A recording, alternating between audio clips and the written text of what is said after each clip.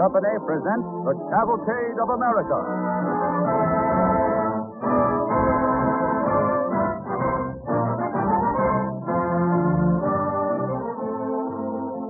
With radio's distinguished commentator speaking for the DuPont Company, Gabriel Heater.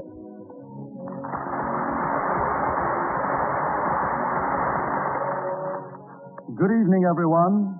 Mention a figure in history to 10 people, and 9 you'll find will be quick to classify him. One will say, why, he was a tyrant. And one will say, no, he was a patriot. A division of opinion which makes turning back pages in the book of time a fascinating adventure. And more. Because by turning back to read of days gone down a corridor of time, we learn to measure our own time, and even to see what future years may hold. Best of all, turning back makes it possible to recapture colorful and compelling figures. Say a man like Peter Stuyvesant. Now, to many of us, I suppose, Peter Stuyvesant was a cranky old gentleman. He hobbled around on a wooden leg, quarrelsome, meddlesome, trying to run old New Amsterdam according to his own ideas. But before we tell you his story, let's hear Don Voorhees and the DuPont Cavalcade Orchestra play This Can't Be Love from the musical success, The Boys from Syracuse.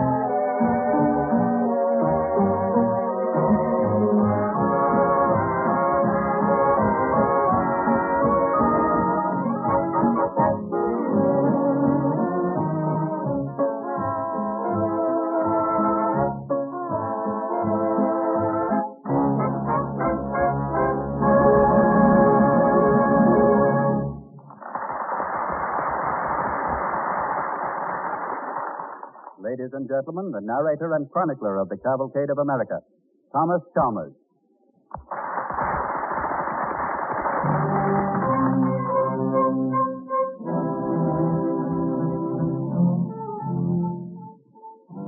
Tonight we go back to the year 1647. The scene, a straggling village on the tip end of Manhattan Island. A disorderly settlement of Dutch fur traders, trappers in mangy fur caps, Indians smelling of wood smoke, sailors, town loafers, English adventurers, soldiers in tarnished gold lace, women and children. A cluster of houses around a fort that looked about ready to fall down. Miles of forest in back, and just this toehold that the Dutch West India Company had on the edge of a continent. A troublesome little colony, this New Netherlands, and the home government in Holland had been looking around for a man to handle the situation.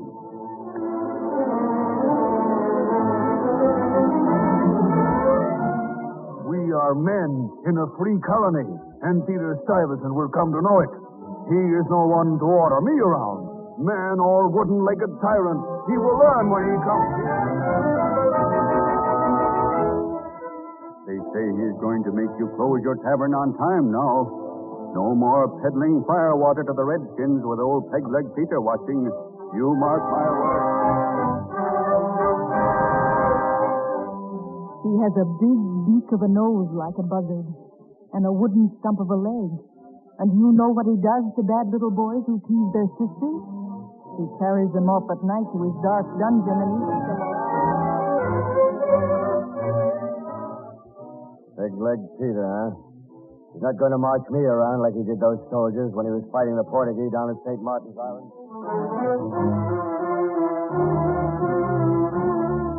You will find that we have minds of our own here. We will tell that to Peg-Leg Stuyvesant.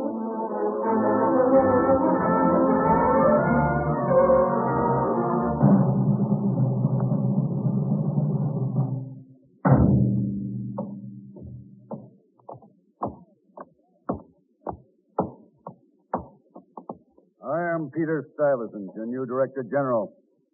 Who are these people? I am Chief, Your Excellency, a former governor.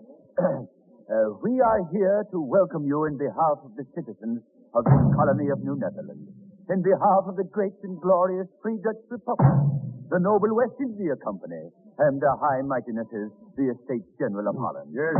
A long way off those Estates General and their High Mightinesses. We will talk of that another time. Why is that cannon being fired? In your honor, Excellency, it was deemed... A waste of good gunpowder, my friend. We will save it for our enemies. You soldier there. Stand straight, man. You're a soldier, not a civilian peddler. Yeah, that's right. Excellent, say to me. Yes, Excellency. That's better. Make something out of you yet. Master Chief, I have not come for speeches and cannon firing. I find many things wrong with your colony. I see here disorder, laziness, everything in ruins. Every man a master. We shall clean up all this, go to work, and hold this spot for God and the company. I shall govern as a father governs his children.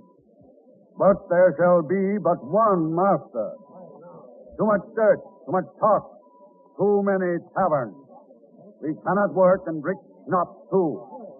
That we shall see to first. Yeah, who is this slave driver who's going to make us close our tavern? Arrest that man. Careful, Excellency, he has a knife. Who is this wooden-legged free citizen? Pick him up. Just a touch of my sword hilt on his thick head. Hey, you there, soldier, and you. Lay hold and put that troublemaker in the stock. Now, we've had enough talk. Tomorrow we start rebuilding that fort. Clean up this place. Here, you soldiers. Form up.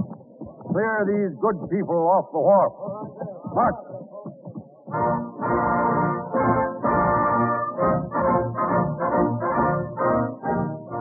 Don't be a fool, man. It will take only a few bottles of firewater.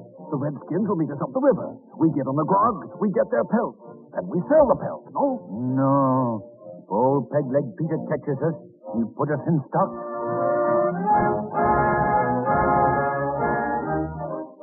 Don't go in. Not yet, Kleinsen.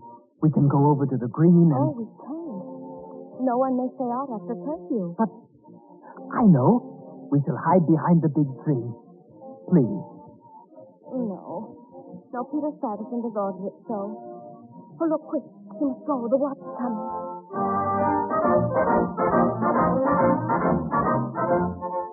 One more. Draw us all another tankard of schnapps. No more tonight. Come, man. We're still thirsty. I say no. I close the tavern. Peter Stuyvesant's order.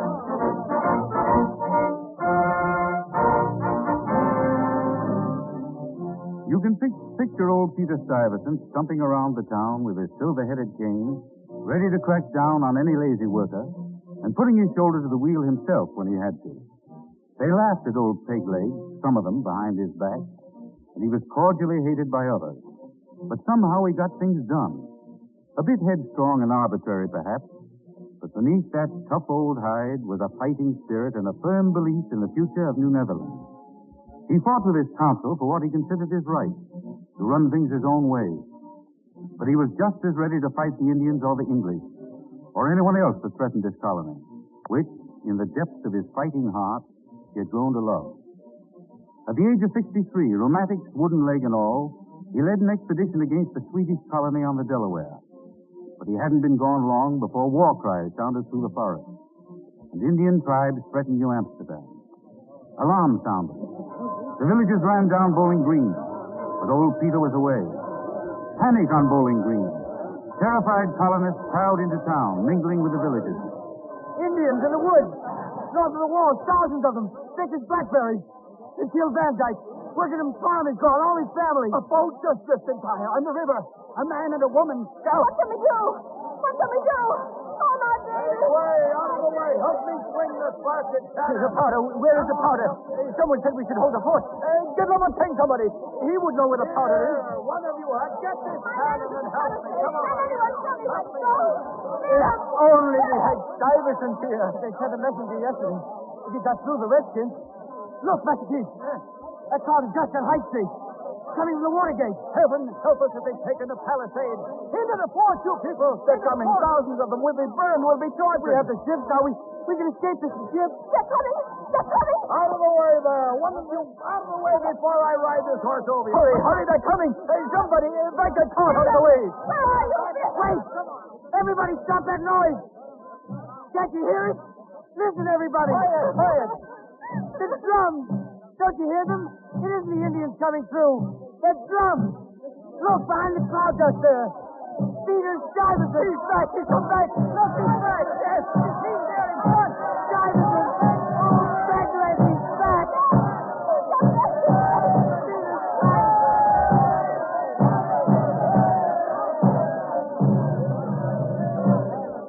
So, you're glad to see stubborn Peter, huh?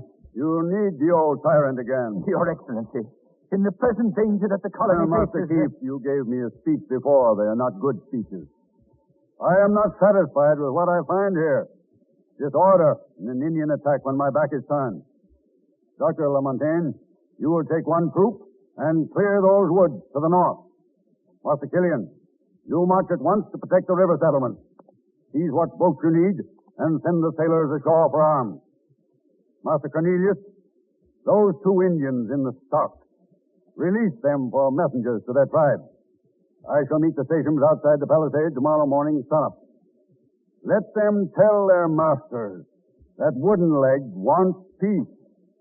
And if he doesn't get it quickly, he will hang every Dutch-capped savage to the highest trees in New Netherlands. Now, get these women into the fort, and every able man report here to me in 10 minutes. March!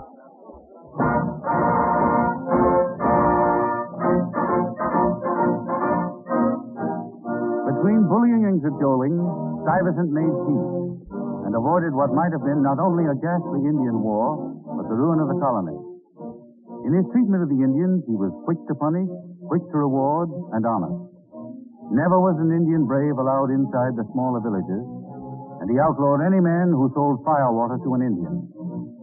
But in his dealings with his fellow burghers, the veteran soldier never could get it through his head that people did not always want to be ruled as a father rules his children and gets smacked with a silver-headed cane every so often.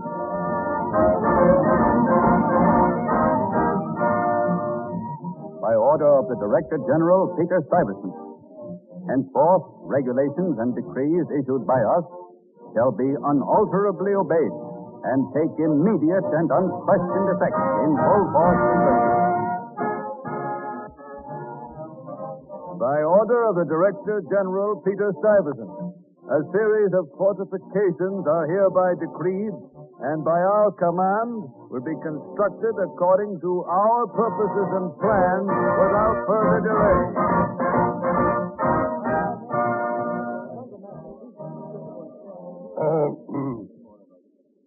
Excellency, we come to the matter of these new fortifications to protect the colony. Now, with this insurrection that the English have started on Long Island... Yes, Burgomaster. We know all about that, my friend. Let us get to the point. We must have this new palisade built. Now.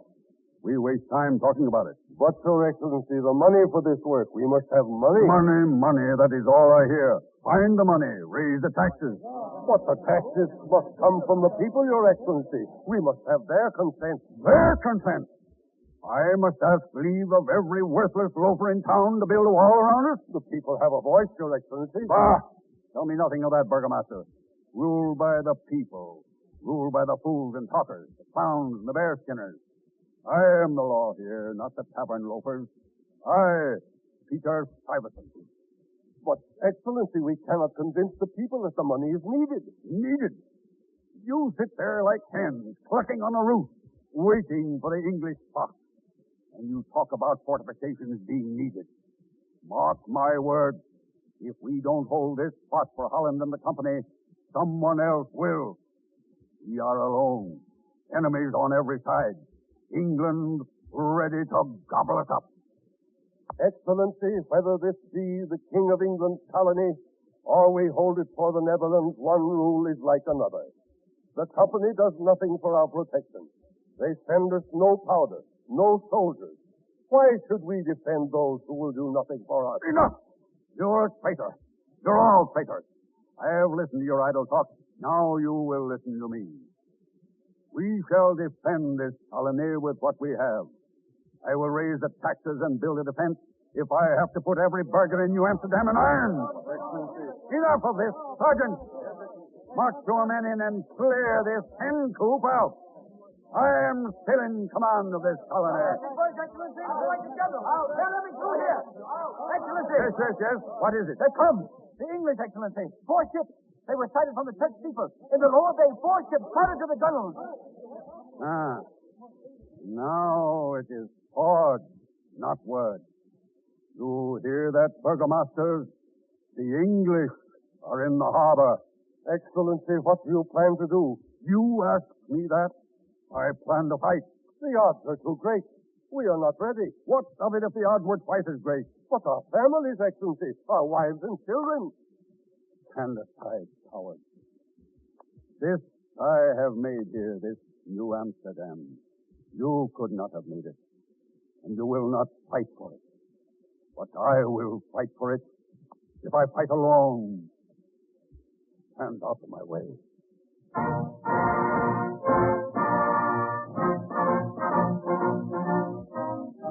There was little hope of saving the colony, but old stubborn Peter wasn't going to give up without a fight. Once before, he bluffed his way out of a tight spot with the English, and he hoped to do it again. This time it was different. Voices, low, determined, insistent voices, were heard in the streets and the shadows of New Amsterdam. Voices in the small shops, the taverns, voices on the village green, voices in the home, voices of the people. You understand? We will not fight. Do nothing to offend the English. Not a thing. Tell your menfolk when they come home. Offer no resistance. Why should our men sacrifice themselves for a company who will do nothing for Let old Peg and his handful of soldiers defend the colony if they will. Without our support, the English will have the colony. It is as the burgomaster says. Our homes and families, they matter most. That's your English. It's nothing to us. Let it be understood, then. Not a man among us will stand with Peter Stuyvesant. Spread the word to the others.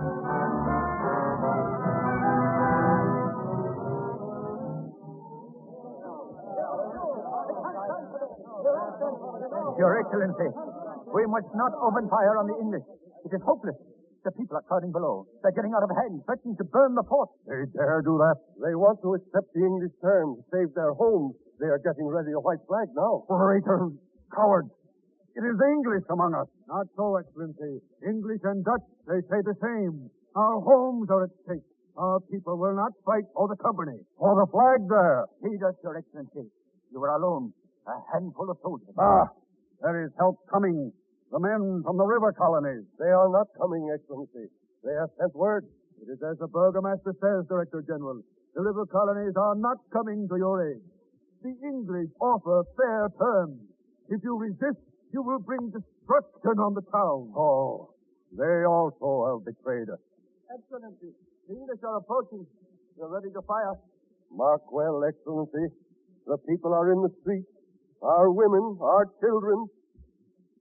Let be, then. Go. Tell your Englishmen we will preach for surrender.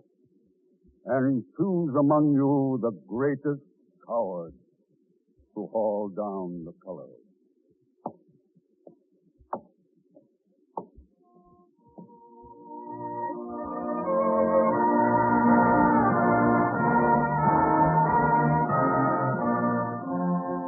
It was the end of Peter Stuyvesant's rule over the Dutch colony of New Amsterdam. But it was a beginning, too.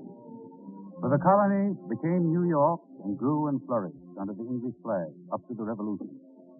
Old stubborn Peter retired to his farm on the east side of Manhattan and raised fruit trees. You can imagine he made them stand straight and in rows, too, and no nonsense about them. He kept on friendly terms with Colonel Nichols, now Governor Nichols of New York Province, as between one soldier and another. We catch a last glimpse of old peg-leg Peter before the shadows close in. He's calling on Governor Nichols in his mansion. The English governor is having some trouble with the people about quartering soldiers in their homes. Down council seems to be at the bottom of it. All this talk about the rights of the people. Oh, you are finding it too, huh? It is near, my friend. New world, new ideas, new words. Freedom, the rights of the people. It was so in my day, too. It will always be so. But you managed somehow to keep it down. There was no time for it then. So much work to be done. One cannot work and talk, too. There were sheep huddled there, and no shepherd dogs to bark at their heels. I made them work. And you succeeded. At least you overcame these mad notions of freedom, democracy, people's rights. No, those things I did not overcome, Your Excellency. One does not overcome a tide. These things they speak of, freedom, rights of the people, like a tide coming in. No man can stop it. I was too old, perhaps, to see. Too old to learn new things. A worker, a trudger. Those fanciful things, they are like the music that your lady plays there. Strange. Not for me. I tried to fight that tide, push back something in men's minds. I failed, as you will fail. Maybe it is better that I failed. The world is changing, and my work here is finished. Maybe they will not forget old stubborn Peter. I found here nothing. A few lazy men, frightened men, traders, tavern keepers, loafers. A place to rob for beaver skins and drink schnapps. The others that came before me, Van Twiller, East, did not see, looking only for their beaver skins. But I saw A future colony, yes. something more than a colony, Your Excellency. An empire.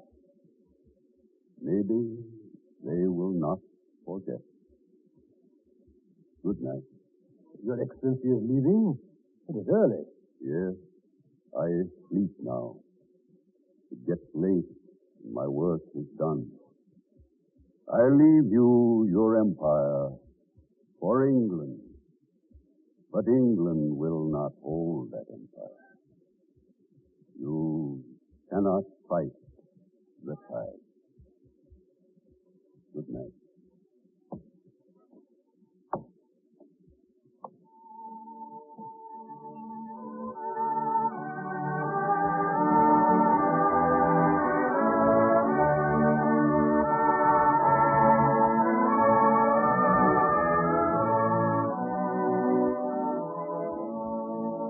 Yes, Stuyvesant's work was done, well done. And if, as they say, his ghost with plumed hat, silver-headed stick and all, stumped through lower New York in the wee hours of the morning, he must have the satisfaction of knowing that his visions came true. And in any man's life, that's what really makes it all worthwhile.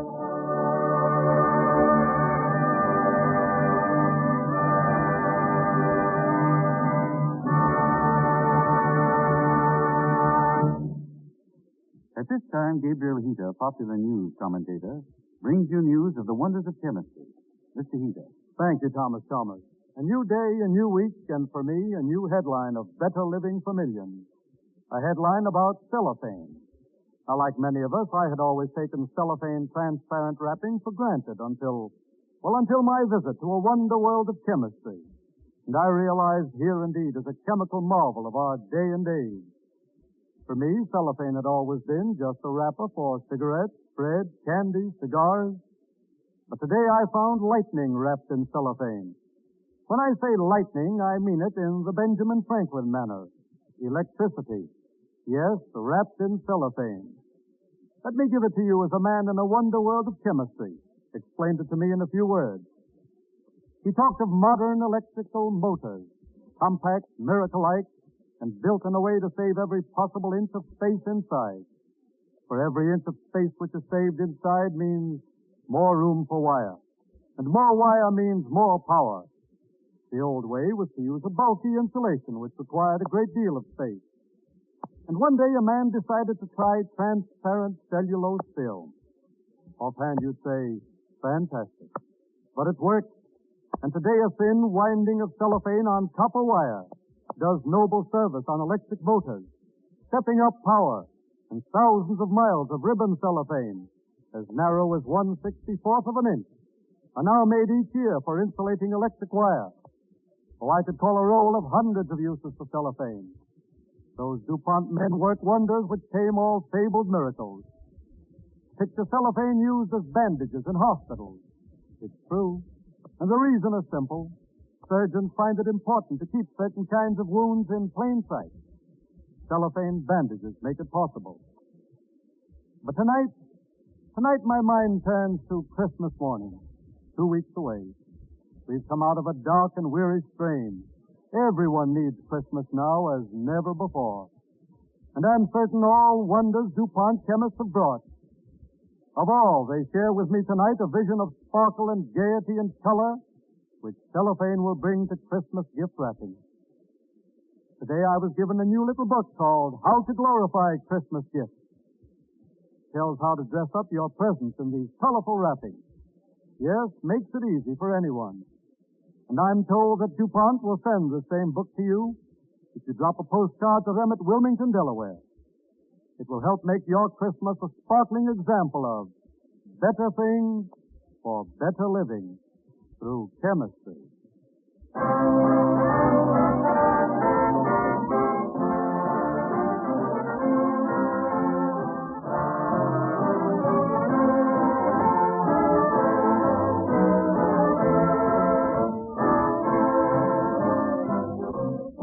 And now a word from Thomas Chalmers about next week's show. We're going to tell you about a man who lived during our own time. A man whose kindly ways and homespun philosophy made him one of America's great characters, Will Rogers. So until next week at the same time, good night and best wishes from DuPont. This is the Columbia Broadcasting System.